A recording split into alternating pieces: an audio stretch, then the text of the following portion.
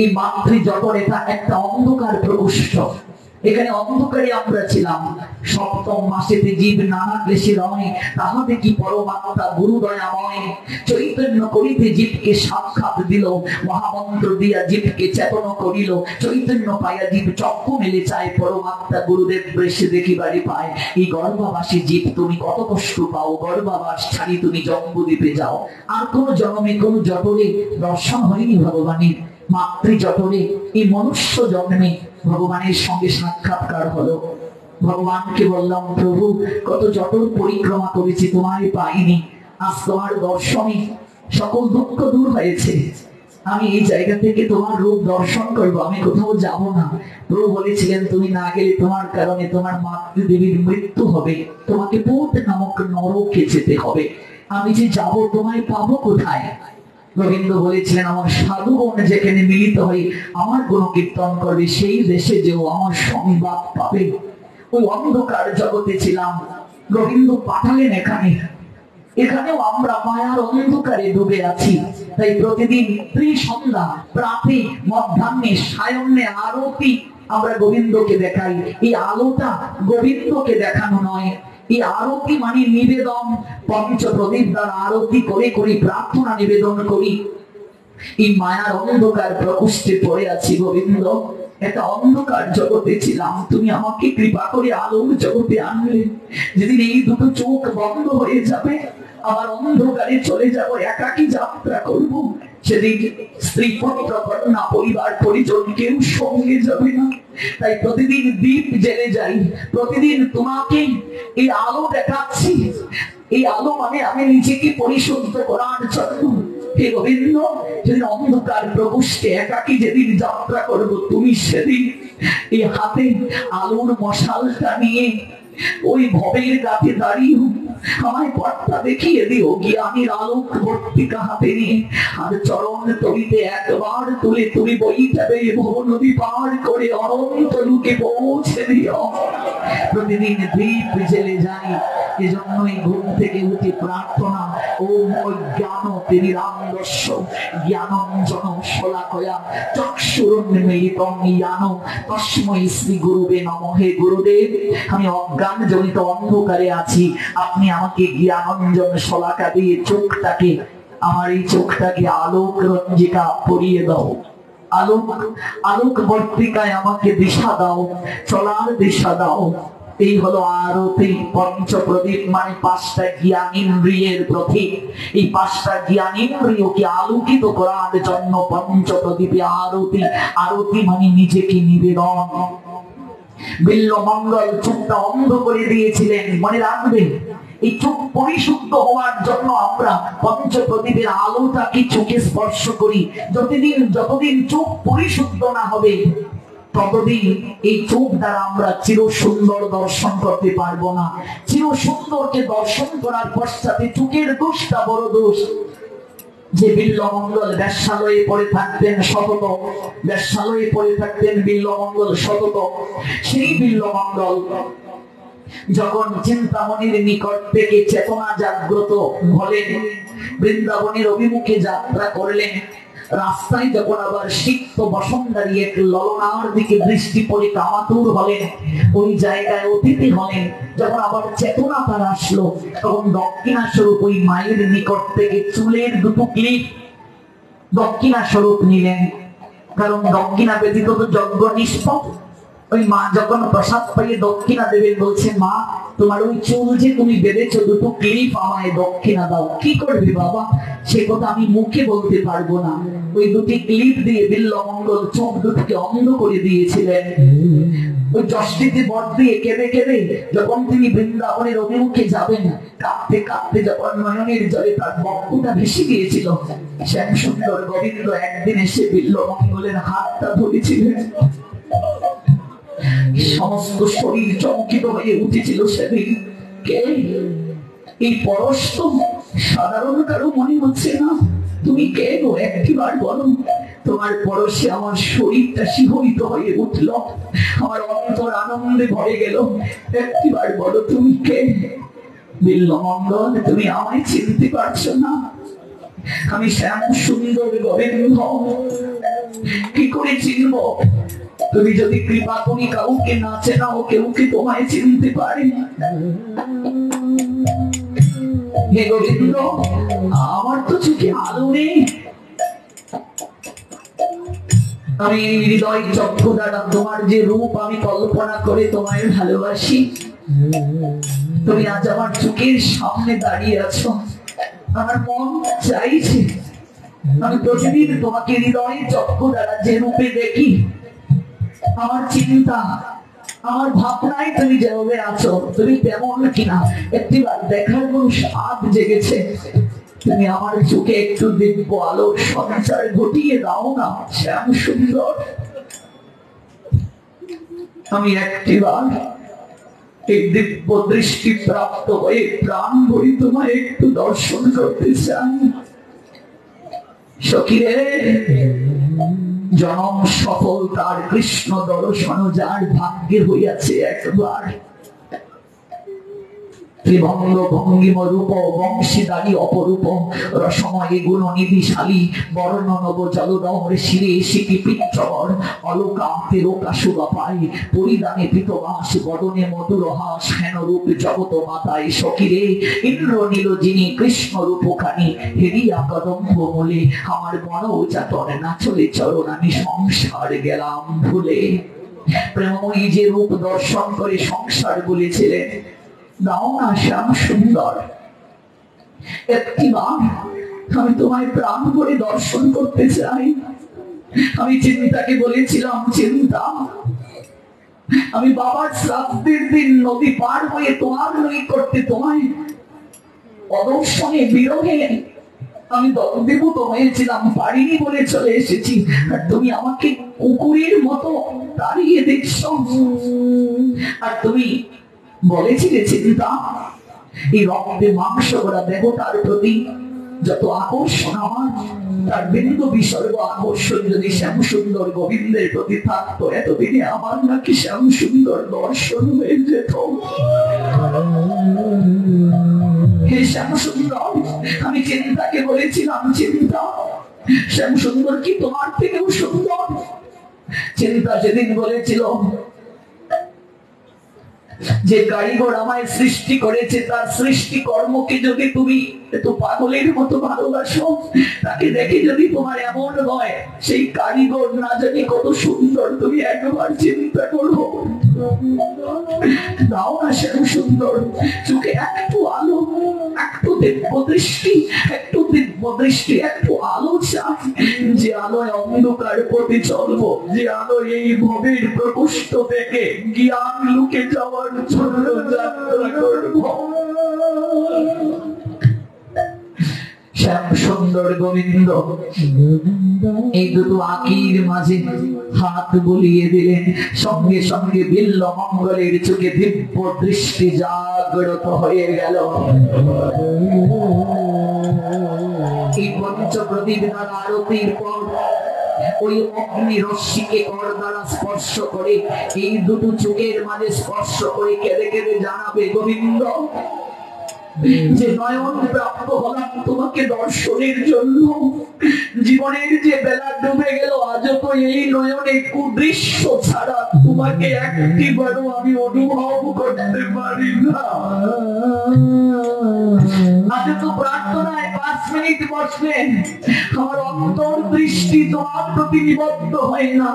সারাদিন কি করলাম সকল কুদৃশ্য এই অন্তর নয়নে ভেসে উঠে, দাও না তোমার এই কৃপা আলো দ্বারা এই অন্ধকার নয়ন রেখে দূরীভূত করে জ্ঞানের প্রভা জাগিয়ে দাও না শ্রী গোবিন্দ। অন্তত শেষ নিঃশ্বাসের পূর্বে যেন ওই জ্ঞান চক্ষু দ্বারা সতত একবার তোমাকে দর্শন করে প্রণাম দিয়ে জগৎ থেকে যেতে পারি। গোবিন্দ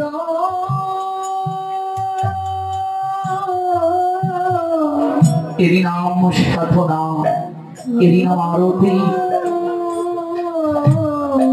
কখনো কি এই আরতির অনুভব হয় মা? আরতি এই যে করছি প্রতিদিন, আরতি মানে তো নিবেদন, আরতি রতি মানে যে প্রীতির মাঝে কোনো হেতু নাই। আমি আরতি নিয়ে যদি কেবল ব্যাখ্যা করি 3 ঘন্টায় শেষ হবে না। এই যে দর্শন, জগন্নাথের রথে এই জন্য 10 আর 6 16, 16টা চাকা, 10টা ইন্দ্রিয়, 6টা রিপুর প্রতীক। জগন্নাথের রথ 206টা কাঠ দিয়ে তৈরি হয় পুরীতে।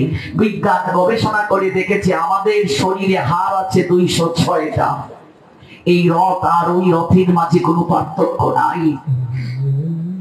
দেবতা রথ, রথি জীবাত্মা, রথের চালক বুদ্ধি, মন লাগাম, ইন্দ্রিয় ঘোড়া, আর রথের বিচরণ ক্ষেত্র জগতের বিষয় ভূমি। ঘোড়া যত দুর্দান্ত গতিতে ছুটুক না কেন, লাগামটা যদি, দড়িটা যদি ঠিকভাবে টানা যায়, ঘোড়া কি দৌড়াবে? ওই রথে জগন্নাথ উঠেছেন, দড়ি দড়ি টান মানে মনটাকে টেনে রাখো। আমার মন চঞ্চল, আর জগন্নাথের রথে গিয়ে দড়ি ধরার জন্য হুমড়ি খেয়ে পড়ি। কে কার আগে দড়ি ধরবে? দড়ি ধরলেই কৃপা হয়ে যায়। কে বলেছে এগুলো আপনাদেরকে? দড়ি মানে মন, এটা একটা প্রতীক, দিস ইজ সিম্বল। তোমার মনটাকে টেনে রাখো।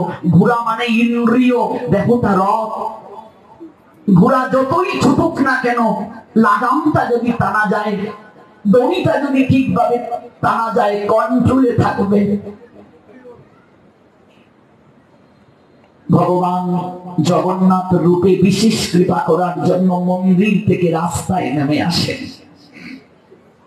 এগুলো যাত্রা মহোৎসব, রথযাত্রা, ঝুলন যাত্রা, রাস যাত্রা, দোল যাত্রা, এগুলো যাত্রা মহোৎসব। যাত্রা মঞ্চে দেখবে দুটা দিক থাকে, একটা প্রবেশ আর একটা প্রস্থান। যাত্রা মানে গতি। এই জীবনের গতি কোথায়? জীবনের প্রবেশ হলো জন্ম, প্রস্থান হলো মৃত্যু। বুঝতে হয় এগুলো। যারা কোনোদিন ভগবানকে দর্শন করতে মন্দিরে যায় না, যারা কোনোদিন ভগবানকে প্রণাম দেয় না, ওরাও তো ভগবানের সন্তান, ওরাও যেন কৃপা থেকে বঞ্চিত না হয়। এই জন্য ভগবান এই উৎসবগুলোতে মন্দির থেকে বের হয়ে আসেন।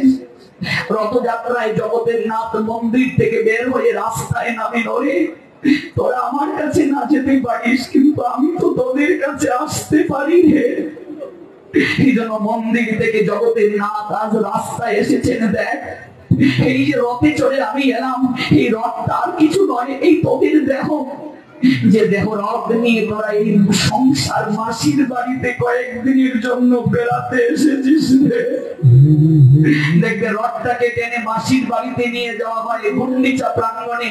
গুন্ডিচা হলো ইন্দ্রদম্নের স্ত্রী। ইন্দ্রদম্ন জগন্নাথের কাছে যখন বর প্রার্থনা করলেন, বর চাও ইন্দ্রদম্ন, ভগবান যখন বললেন, ইন্দ্রদম্ন বললেন যদি দিতে হয় তুমি আমাকে নিঃসন্তান বানিয়ে দাও, আমার যেন সন্তান না থাকে। ভাবা যায়? 18 নালা দেখবে পুরীতে আছে, 18টা পুত্র সন্তানকে বলি দিয়েছিলেন ইন্দ্রদম্ন রাজা, যে আমার কোন সন্তান যেন পরবর্তীতে এই মন্দির আমাদের, এই অহংকার যেন করতে না পারে। এটা আমাদের পূর্বপুরুষ নির্মাণ করেছে, এই কর্তৃত্ব যেন করতে না পারে। মন্দির ব্যক্তিগত হয় না, মন্দির সার্বজনীন। বিগ্রহ ব্যক্তিগত হয় না, ভগবান ব্যক্তিগত হয় না। কিন্তু গুন্ডিচার নয়ন থেকে জল ঝরলো, ওগো আজ থেকে আমায় কে মা বলে ডাকবে? আমি তো মা। ভগবান সেদিন প্রণাম দিয়ে গুন্ডিচাকে বলেছিলেন, আমি আজ থেকে সন্তান রূপে তোমার বাৎসল্য প্রেম আস্বাদন করব। বছরে অন্তত 9 দিন হলেও তোমার বাড়ি যাব, তোমার হাতে আমি আহার গ্রহণ করব। 9 দিন কেন, নববিধা ভক্তি আস্বাদনের জন্য। ওই দেখবে মাসির বাড়িতে গিয়ে রাজভোগ হয়, কত অনুষ্ঠান হয়, কিন্তু জগন্নাথ আবার উল্টো রথে ফিরে আসেন। উল্টো রথটা মানে কি? জগন্নাথ বোঝাচ্ছেন, ওরে দেখ, আমি মাসির বাড়িতে গিয়ে এত আনন্দ করার পর আমি ভুলি নাই, আমি যেখান থেকে এসেছি আমাকে আবার ওই জায়গায় যেতে হবে। আর তোরা সংসার মাসির বাড়িতে কয়েকদিনের জন্য বেড়াতে এসে আমার আমার আমার করতে করতে তোরা ভুলে গেলে এটা তোদের থাকার জায়গা না। এই দেহ রথটা নিয়ে তোদেরকে আবার ওই জায়গায় ফিরে যেতে হবে। একটিবারও কি অনুভব হয়? শুধু রথেই যাই, তত্ত্বটা অনুভব হয় না, বুঝি না, অনুভব আসে না মানুষের চেতনায়। এই জন্য আজ আমাদের দুর্গতি নাশ হচ্ছে না। রথ থেকে যখন জগন্নাথ নামে পুরীতে রথটা ভেঙে দেয়া হয়, ওই কাঠগুলো দিয়ে লাকড়ি রূপে ব্যবহার করা হয় ভগবানের রান্নার জন্য। জগন্নাথের রান্নার জন্য কাঠগুলো লাকড়ি রূপে জ্বালানি রূপে ব্যবহার হয়। আমাদের দেহ রথ থেকে যেদিন সারথি চলে যান, রথি চলে যান, আমাদের ওই দেহ রথটা কয়েক ঘন্টার আগুনে পুড়িয়ে ছাই করে দিয়ে দেয়া হয়। কোনো মূল্য নেই। জগন্নাথের রথে গিয়ে কলা দেয়া হয়। এই কলা সবরি কলাও নয়, চম্পাও নয়, এটা দেহ কলা। অর্থাৎ এই দেহ কলাটাকে জগন্নাথের চরণে লুটিয়ে দাও। আমার দেহটা জগন্নাথের চরণে লুটিয়ে দিলাম না, আর সবরি আর চাম্পা কলার ছড়ি নিয়ে গেলাম জগন্নাথের রথে, কি লাভ হবে? লুট দেখবে ঢিল দিয়ে দেয়া হয়, কারো চুকে, কারো নাকে, কারো কানে পড়ে। এই আমাদের পন্ডিতে খেলনা ঢিল দিয়েছে, একজনের চুকে পড়ে চোখ নষ্ট। আর লুট একজন ধরে বলে আমি কত ভাগ্যবান, আমি কত ভাগ্যবতী, আমি লুট ধরেছি, লুট। আবার গান গায় আমার সারা জীবন ভরা হইল না লুট ধরা। সারা জীবনের মাঝে একটাও কি তেলুয়া ধরো নাই, একটাও বাতাসা ধরো নাই, আপেল কমলা ধরো নাই, তাহলে গান গাইছো কেন? সারা জীবন ভরা হইল না লুট ধরা। এই লুট মানে নামের লুট। এই যে তত্ত্ব, এই তত্ত্ব না জানলে হবে না। কোন প্রসঙ্গ থেকে গেলাম মনে আছে? আগুনে কলা যে দেয়া হয়, ওই কলা মানে দেহ কলার প্রতীক। অগ্নি আর বরুণকে পরিশুদ্ধতার অধিকার দিয়েছেন ভগবান। এই জন্য অগ্নিতে আপনি যা দেবেন, অগ্নি সেটি গ্রহণ করে নেয়। পৃথিবীতে সব কিছু দূষিত হয়ে গেছে, আগুনকে কেউ দূষিত করতে পারে নাই।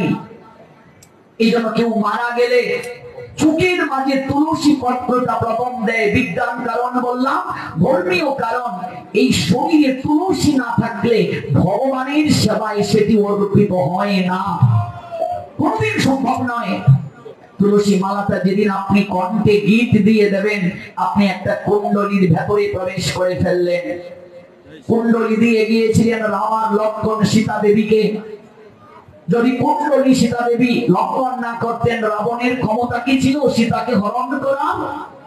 আপনি যেদিন কুণ্ডলীর ভেতরে প্রবেশ করে ফেলবেন, যমদূতের সামর্থ্য নাই আপনাকে নিয়ে যাওয়ার।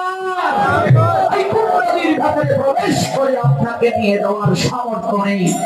এই জন্য যার কণ্ঠে তুলসীর মালা নেই, তার প্রণাম ভগবানের কাছে যায় না। আপনি কিসের হিন্দু? আপনার গলে মালা নেই। আপনি সনাতনী হিন্দু, আপনার পরিচয় কি? আপনার কণ্ঠে মালা। এটা শুধু ধর্মীয় কারণ নয়, বিজ্ঞানগত কারণ আছে। দর্শনের দিক থেকে তুলসীর, চিকিৎসা শাস্ত্রের দিক থেকে তুলসীর মহিমা অপরিহার্য। এই চোখের মাঝে তুলসীটা দেওয়া হলো। মরার পরে কানের দুলটা খুলে রেখে দেবে, দেবে কি না? হাতের বালা খুলে রেখে দেবে, গলার নেকলেসটা খুলে রেখে দেবে, না সঙ্গে দিয়ে দেবে গো? সারা জীবন কষ্ট করে কান পাশা বানিয়েছো, এটাও খুলে রেখে দেবে। কিন্তু যার সঙ্গে যাচ্ছে তুলসী, বুকে হাত দিয়ে বলো তো, এই 3 বেলা আমরা কজন আছি এই তুলসীকে আমরা একটু প্রণাম দেই সকাল দুপুর সন্ধ্যা? এই তুলসীকে একটু পরিক্রমা কয়জন করি? প্রতিদিন কয়েকজন তুলসীকে স্নান করাই, অথচ এই তুলসী আমাদের সঙ্গে যাচ্ছে। মরার পরে 1000 টাকার নোট কিন্তু চুকে দেয়া হচ্ছে না গো। মস্তকের পাশে তুলসীর ভাণ্ডটা রাখা হয়। আমি এই প্রসঙ্গটা কোথা থেকে এলাম? বলেছিলাম ঘুমানোর আগে 5টা মিনিট চিন্তা করবে নিজের জন্য কি করলে। মনে আছে প্রসঙ্গটা? নিজের জন্য কি করলে? যে আমি 3-এর ঘরে বিয়ে বসেছিলাম তোমার মেসোর সঙ্গে, আমি 5 তলায় থাকি, এটা নিজের কর্ম নয়। এই বিষয়টা যখন এসেছিল আমি এত দূর গেলাম, আমি আবার মূল প্রসঙ্গে আসতেছি ফিরে। মরার সঙ্গে সঙ্গে মস্তকের পাশে একটা তুলসীর ভাণ্ড দেয়া হলো। নিয়মটা কি? দেখবে মস্তকটাকে শ্মশানের দিকে নিয়ে যাওয়া হয়, আর চরণটা থাকে বাড়ির দিকে। ধানের খই একজন চরণের দিকে ছড়িয়ে দেয়, মস্তকের দিকে তুলসীর ভাণ্ড থাকে। হরিনাম কীর্তন করে করে তাকে শ্মশানে নিয়ে যাওয়া হয়। একবার বলুন তো, ভাবুন তো, এই যে হরিনাম করে মরাকে নিয়ে যাওয়া হচ্ছে, মরার কানে কি হরিনাম যায়? এই হরিনামটা কি মরার জন্য না কার জন্য? আপনার বাবার শ্রাদ্ধে আপনি 16 প্রহর হরিনাম দিলেন, 10 গ্রামের লোক নিমন্ত্রণ করে খাওয়ালেন। আমার বাবাকে যদি আমি জীবন দশায় সেবা না করি, আমি যদি তাকে মাটিতে ঘুম পাড়াই, শ্রাদ্ধ বাসরে ব্রাহ্মণকে পালঙ্ক দান করলে কি আমার বাবা শান্তি পাবে? আমার বাবা জীবন দশায় তার আমি কোনো সেবা করলাম না, মরার পরে 10 গ্রামের লোক নিমন্ত্রণ করে খাওয়ালে আমার বাপের আপনার শান্তি পাবে? কে বলেছে এগুলো? এগুলো ভাওতাবাজি, এগুলো মনসান্তনা ছাড়া আর কিছু নয়। জীবিত অবস্থায় যে ব্যক্তি হরিনাম করলো না, মরার পরে হরিনাম শুনিয়ে শ্মশানে নিয়ে গেলেই কি মরার কানে কোনোদিন হরিনাম যায়? তাহলে এই হরিনাম কার জন্য? এই হরিনাম হলো যারা মৃত ব্যক্তিকে শ্মশানে নিয়ে যাচ্ছে সেই ব্যক্তিদেরকে বোঝানোর জন্য। হরিবল, আর কারোর জন্য নয়। ওই মৃত ব্যক্তি বুঝাচ্ছে, একটা মেসেজ দিয়ে যাচ্ছে আমাদেরকে, এই শ্মশান বন্ধুগণ একবার তাকিয়ে দেখো আমার দিকে। আমি সারা জীবন যে অর্থ সম্পদ সঞ্চয় করার জন্য একবারও হরিনাম করার সময় পাই নাই, একটু সাধু সঙ্গে গিয়ে বসার সময় পাই নাই, একটু ভগবানের গুণ কীর্তন করার সময় পাই নাই। আজকে তাকিয়ে দেখো আমার দিকে, আমি চরণের দিকে সব রেখে যাচ্ছি। ওই যে ধানের খড়িগুলো ছিটিয়ে দিচ্ছে, এগুলো অর্থ সম্পদের প্রতীক।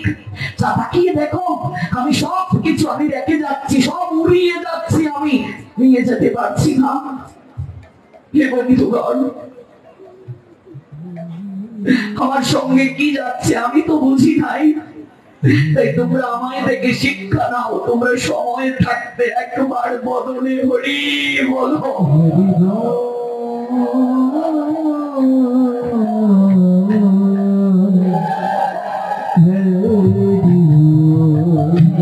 তোমার সময় থাকতে একবার বদনে হরি বলো। একটা মৃতদেহকে শ্মশানে নিয়ে যাচ্ছে, একটা ছোট্ট ছেলে এই দৃশ্য দেখে বাবাকে বলছে, বাবা ওরা সবাই কি করছে? বাবা বলছেন ওরা সবাই হরিনাম করছে। ছোট্ট ছেলে বাবাকে অবাক বিস্ময়ে প্রশ্ন করলো, বাবা সবাই যদি হরিনাম করে, যে লোকটা শুয়ে আছে সে কেন হরিনাম করছে না? বাবা ছেলেটাকে জড়িয়ে ধরে বললেন, ও কি করে হরিনাম করবে পুত্র? ও তো মরে গেছে, মরে গেলে কেউ হরিনাম করতে পারি না। ছোট্ট ছেলে আবার বাবার চোখের দিকে তাকিয়ে বলল, বাবা মরে গেলে যদি কেউ হরিনাম করতে না পারে, আমি তো তোমাকে একটা দিনও হরিনাম করতে দেখি নাই, তুমিও কি মরে গেছো বাবা?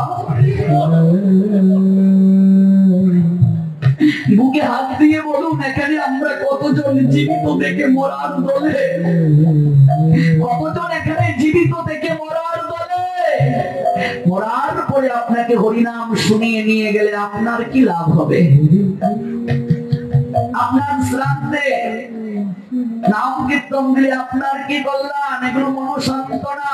এই জন্য নিজের উদ্ধারের চিন্তা নিজেকেই করে যেতে হয়। এই যে তত্ত্ব, এই তত্ত্ব না জানলে হবে না, সম্ভব নয়। এই তত্ত্বটা খুবই জানা প্রয়োজন, এই তত্ত্বটা অনুভব করা প্রয়োজন। দেহম পুনর্জন্ম নয়েতি মামেতি সর্জুন। তুমি তত্ত্ব জানো, এই জন্য জপমালা নিতে হয়, হরিনাম করো। এটা আত্মার আহার, এটা শেষের সম্বল। আপনার মাথা ব্যথা হলে ঔষধটা আপনাকে খেতে হবে, আপনার স্ত্রী খেলে হবে না, সন্তান খেলে হবে না। যে ব্যক্তি জীবন দশায় ধুতি পরলো না, দেখবে মরার পরে আমরা মরা বেটাকে স্নান করিয়ে ধুতি পরিয়ে নিয়ে যাই। মরাকে আমরা ফুলের মালা দিয়ে, ললাটে তিলক দিয়ে, বৈষ্ণব বেশে সাজিয়ে নিয়ে যাই। অথচ জীবিত অবস্থায় যে ব্যক্তি ধুতি পরে না, মরার পরে মরা বেটাকে ধুতি পরিয়ে হবে কি? আমি বলছি না যে মৃত্যুকারী ব্যক্তিকে ধুতি পরানো উচিত নয়, নিশ্চয়ই তাকে ব্রজের সাজে সাজিয়ে নিয়ে যাওয়া হয়, যে জায়গায় শুয়ে তাকে নিয়ে যাওয়া হয়। এটা হচ্ছে রথ, রথে করে নিয়ে যাচ্ছে কাঁধে চড়িয়ে। এই দেহটাকে ব্রজ সাজে সাজানোটাই সাধনার মুখ্য উদ্দেশ্য। এই জন্য গুরু চরণে প্রার্থনা, দয়াল গুরু গো ব্রজের ভাবে সাজাও দেহ কাম। আমরা কতটা মূর্খ দেখুন, যে লোকটা মারা গেল তাকে আমরা স্নান করিয়ে নতুন কাপড় পরিয়ে শ্মশানে নিয়ে যাই, আর আমরা যারা সৎ কার্য করতে যাই তারা আমরা সেরা গামছা লুঙ্গি স্নান না করে শ্মশানে যাই। ভাবুন তো, অনুভব করুন তো, একটিবারও কি ভেবেছে? কখনো এই তত্ত্বটা হৃদয়ে জেগেছে? স্নান না করে কখনো দাহ কার্যে যেতে নেই।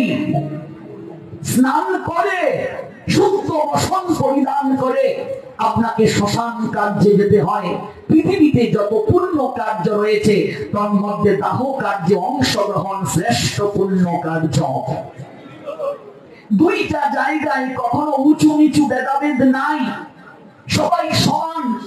এক হলো মন্দির, ভাগবতের আসর, এখানে উঁচু নিচু ভেদাভেদ নাই, এখানে সবাই সমান, এখানে সবাই ভগবানের সেবক, ভগবানের সেবিকা, এখানে আলাদা পরিচয় নাই। আর একটা জায়গা শ্মশান, এখানে সবাই সমান, সকল অহংকার একটা জায়গায় এসে আগুনে পুড়ে ছাই হয়ে যায়। এই জন্য বলা হয় মাঝে মাঝে শ্মশানে যাও, শ্মশান পরিক্রমা করো।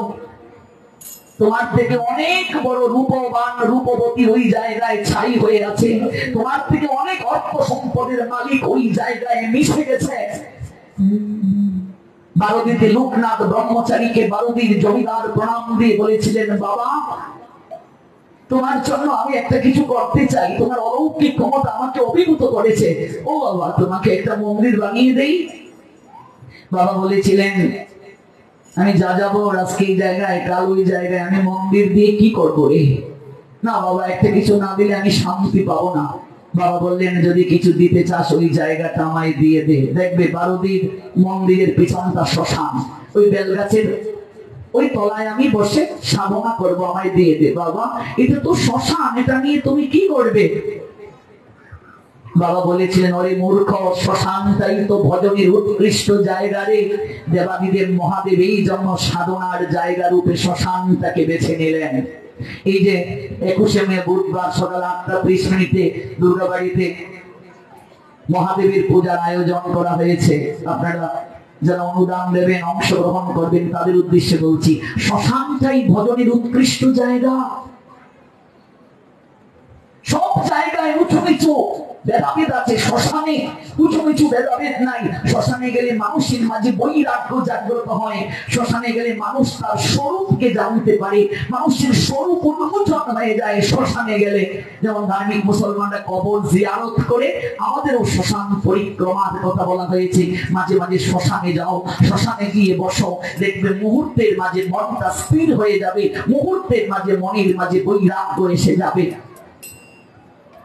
মহাদেব এই জন্য শ্মশানে বসে ভস্য মাখেন সারা শরীরে। মহাদেবের সারা শরীরে ভস্য কেন?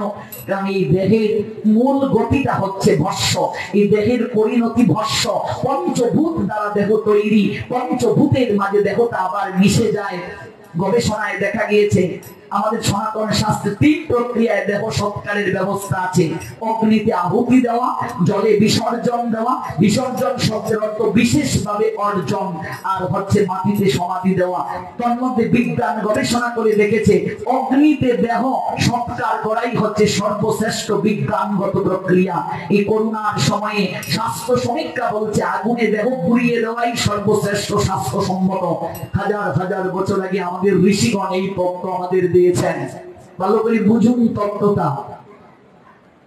এই যে আমরা অগ্নিতে দেহটাকে দেই, এই দেহ মানে দেহ কলা। এই যে আপনি যজ্ঞ করে কলা দিয়েছেন প্রত্যেকদিন পূজায়, এই কলা মানে আপনার দেহ কলা। যে দেহ ভগবান আপনাকে দিয়েছেন উপহার, ওই অগ্নিতে ওই দেহটা আপনি আবার আহুতি দিয়ে ভগবানকে অর্পণ করছেন। এটাকে বলে অন্ত্যেষ্টি ক্রিয়া। অন্ত মানে শেষ, ইষ্টি মানে যজ্ঞ, এটা শেষ যজ্ঞ। সনাতনীদের সকল কার্য যজ্ঞের মাধ্যমে হয়।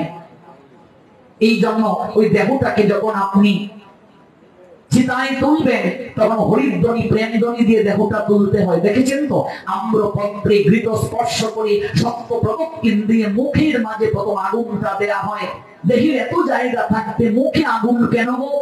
তার কারণ হচ্ছে মানুষ সবচেয়ে বেশি পাপ করে এই মুখ দ্বারা। মানুষ তিনটা প্রক্রিয়ায় পাপ করে, দেহ দ্বারা, মন দ্বারা, বাক্য দ্বারা। পৃথিবীতে যত সংঘাত হয়েছে, যুদ্ধ হয়েছে, সংসার ভেঙে গিয়েছে, খুন হয়েছে, একমাত্র মুখের কারণে। জগতে সবচেয়ে বড় অস্ত্র হচ্ছে জিহ্বা।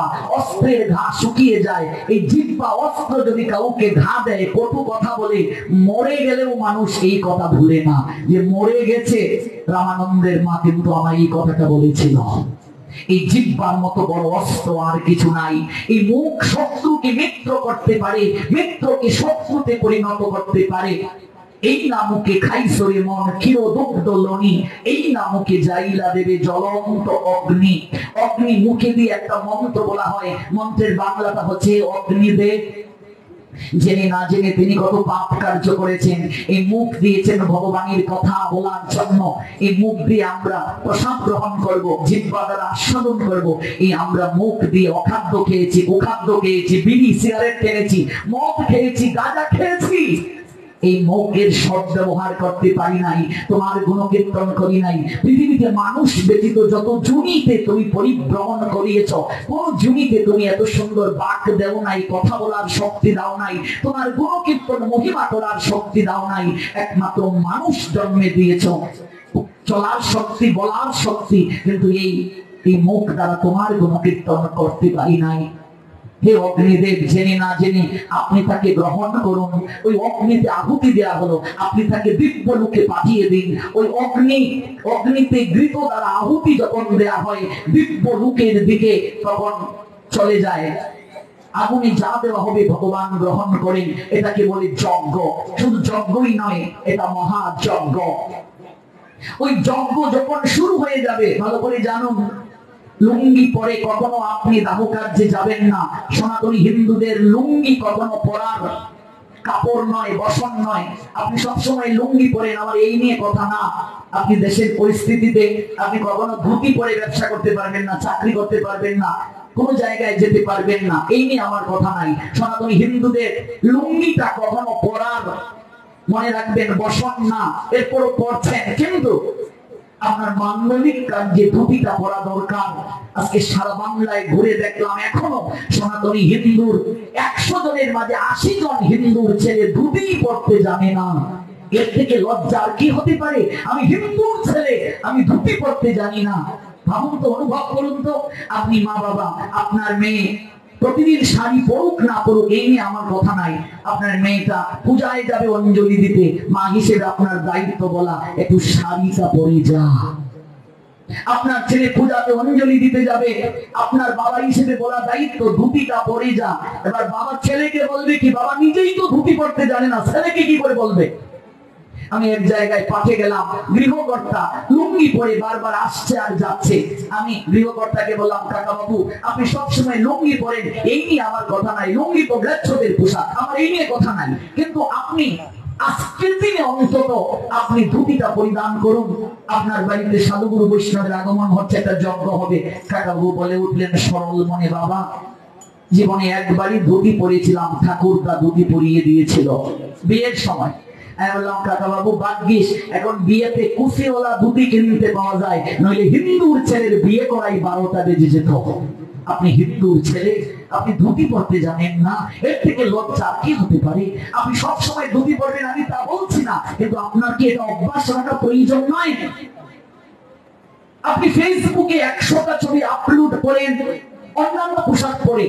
আপনি ইয়াং ছেলে, একটা কপালে তিলক দিয়ে ধুতি পরে একটা ছবি আপলোড করতে আপনি পারেন না। আর আপলোড করলে অনেক আপনার বন্ধু বান্ধব বলে, কি রে তুই সাধু হয়ে গেছিস? কি আশ্চর্য! এর থেকে দুর্ভাবনায় দুর্ভাগ্যবান সমাজ সনাতনী হিন্দুদের মতো সমাজ আর কারো আছে নাকি?